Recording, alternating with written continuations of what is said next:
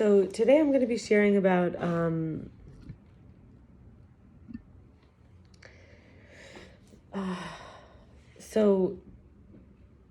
commentary on the Exodus, Shemos, and a few other sources.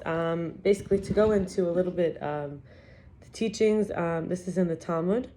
So Exodus, Shemos, chapter 12, verses 1 and 2. There's a commentary from the Talmud, which is called Rosh Hashanah, 22a, 25b.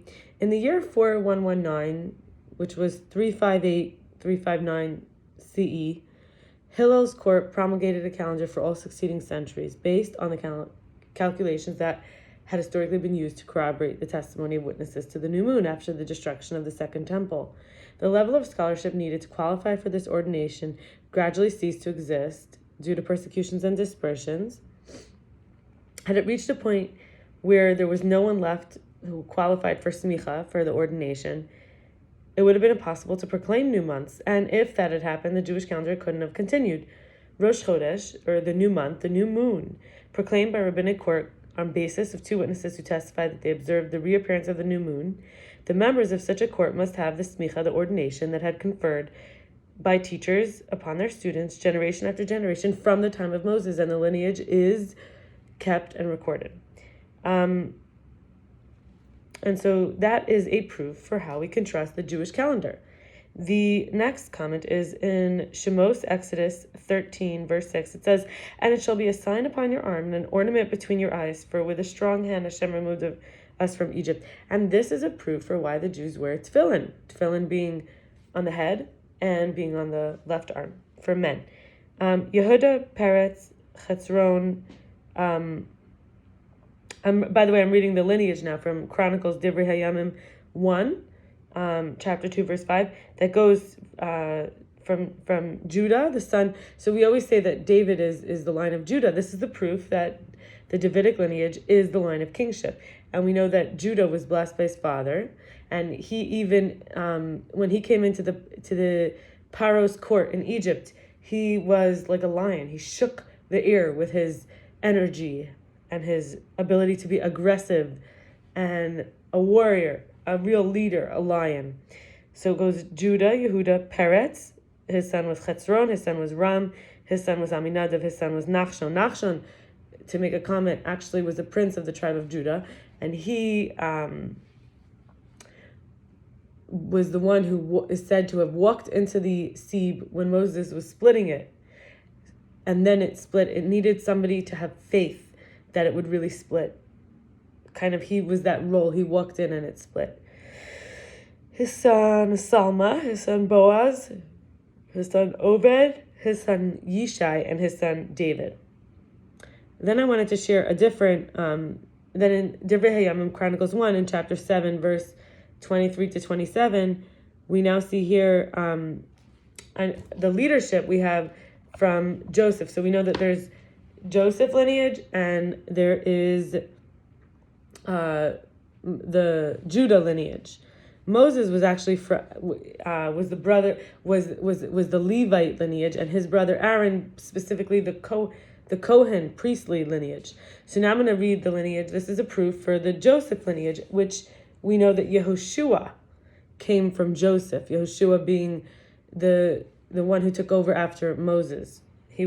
Moses had laid his hands on him. Moses had taught him. He had been there when Moses was conferring with the divine presence.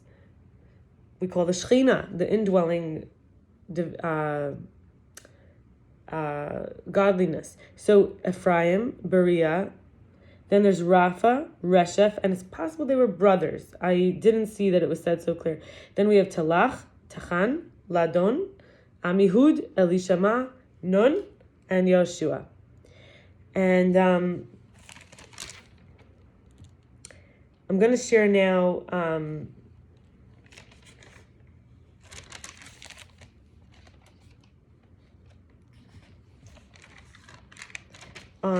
Rabbi Chaim Vital, who writes in the Eitz Chaim. He was the student of the Arizal, and a lot of Kabbalah, most Kabbalah comes from them.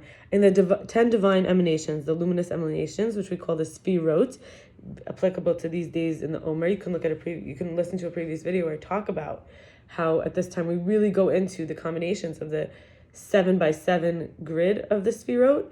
There's 10, and then we go through the 7 that are not intellective. We go through the 7 of the emotional or energetic, the attributes, aspects that are kind of below the head, that are experiential. And so we know that Jacob, Yaakov, the third of the patriarch's fathers, which is Abraham, and there's also all of this is in proof in the Torah. We have the 10 generations between Adam and Noach and Abraham, and then we have Yaakov being the third of the 3 patriarchs. We have Avraham, Yitzchak, and Yaakov. Yaakov is renamed Yisroel. So there's this idea that the Akudim, when he was taking care of the sheep of Lavan, his father-in-law, there's something corresponding to these 10 divine emanations. As I mentioned, we are currently working with 7x7, each one with each other one. But really, altogether, there's 10. There's 3 more, 2 intellective and 1 sort of super intellective. It's kind of like the transcendental, the transcendent quality. And then we have the left and right brain, or the mother, father, or the wisdom and understanding, the dot and then the line. And then there's one that's born out of it, which is intellective, which is called das, knowledge. And I've gone through this in previous videos recently, but these 10, if we kind of take the transcendent quality out, we can use the one that was birthed. Either way, we have 10. And so there's akudim. There were 3. So he works with these sheep in the real world, but we can also compare it to in the spiritual world, in terms of the 10 emanations being in these 3 stages. The one type of sheep that he worked with was called striped or ringed. It's called akudim. We consider this to be in a bound state. They're undifferentiated, hidden. 10 are tied in one vessel. It's a world of primordial man called Adam Kadmon, original. Then we have Nikudim, which is the spotted, speckled. We call this the dots state. Dots, like many, many dots, little individual dots. This is the 10 Sfirot are individual, each with its own self-identity. They cannot relate to each other. And the Shvir Tekelim, which is the breaking, the shattering of the vessels in the world of Tohu, which is chaos. Then we have Berudim, which is flecks or blotches. And this is the inter-inclusion state. Each of the 10 contain all 10 as sub-sfirot in a fractal configuration. It's a world of order, which we call tikkun. It's about reunion, repairing, fixing, mending, rectification, correction. And I got this from I don't know if he's a rabbi, but Alexander Poltorak's website. His website is called Quantum Torah. And then I want to share 2 other points, 2 more proofs. One proof is this idea that each of us is a whole world. I'll go into this in the future. I have other teachings about it, but not for today. In terms of support and cure, we would call it recovery. I mentioned that there was 3 stages, right? There's the stage of the original, all 10 in one vessel. Then we have the breaking of the vessels and 10 individual ones. Then we have them all in interrelationship. And so we can say that in recovery, and this is from Rabbi Moshe Gittler. He was a rabbi for a time at Chaver Avos Yisrael, a shul, a synagogue in Crown Heights. Some call it a chapel, some call it a house of God, whatever, a congregation. So we have the animal soul, the animal body, the nefesh, the animus.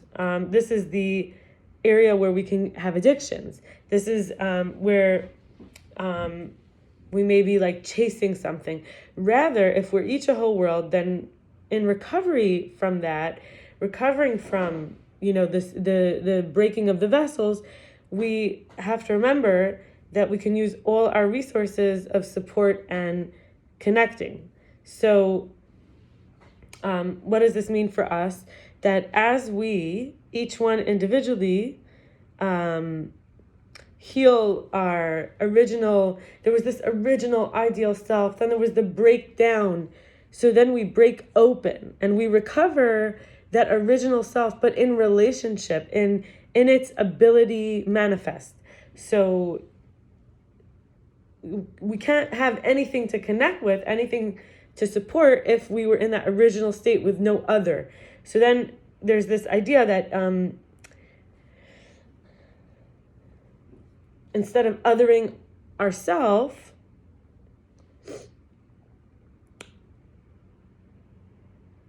which is maybe what was done to us, and then, it broke something, and then it can cause addiction, which some could say are the same thing, to have a broken self, to be broken.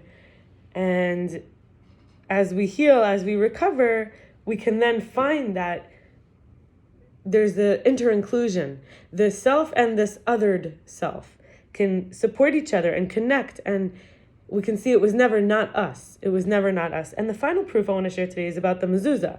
The mezuzah is on the doorpost, and there's Rabbi Tovia Simon. He is a sofer, which means a scribe, and he says there's 713 letters in the mezuzah, which is also the value, the numerical value of teshuvah. Teshuvah meaning return, recovery, toward tikkun. And the mem is 40. That's how many days Moshe went up to get to the Torah. There's a zu, mezuzah, mezu. So the mem is 40, then zu. Am zu kanisa. In the Torah it says, this is the nation I acquired. This is what God said about us. And then zu, like this. And then zeh, this. Another way of saying this. Zeh eli v'anvehu. This is my God, and I'll glorify him. So it's mem, the 40 days Moshe went to get the Torah, then it's the nation that God acquired, and I will glorify, this is my God. So it's about relationship. It's about that almost marriage. And there's also this idea that there's 613 mitzvos, commandments, channels of connection, where we may feel like we're separated from God. How do we become one with God again? How do we not other God or other ourselves as if God is othering us? And then we have 100 blessings we say each day. This is actually handed down since the time of King David, when we know that it offsets any curses. And it's from the Torah. If we don't do and be what we're supposed to do, if we look at the end of Devarim, Deuteronomy, there's a whole list of curses. I mean, everything from not serving God with joy to not being honest. We may make mistakes. We may, in our healing journey, not always be where we want to be. And so we do 100 sort of credits. We get 100 credits kind of. And then it could offset. So these are proofs today for literally for trust and faith. And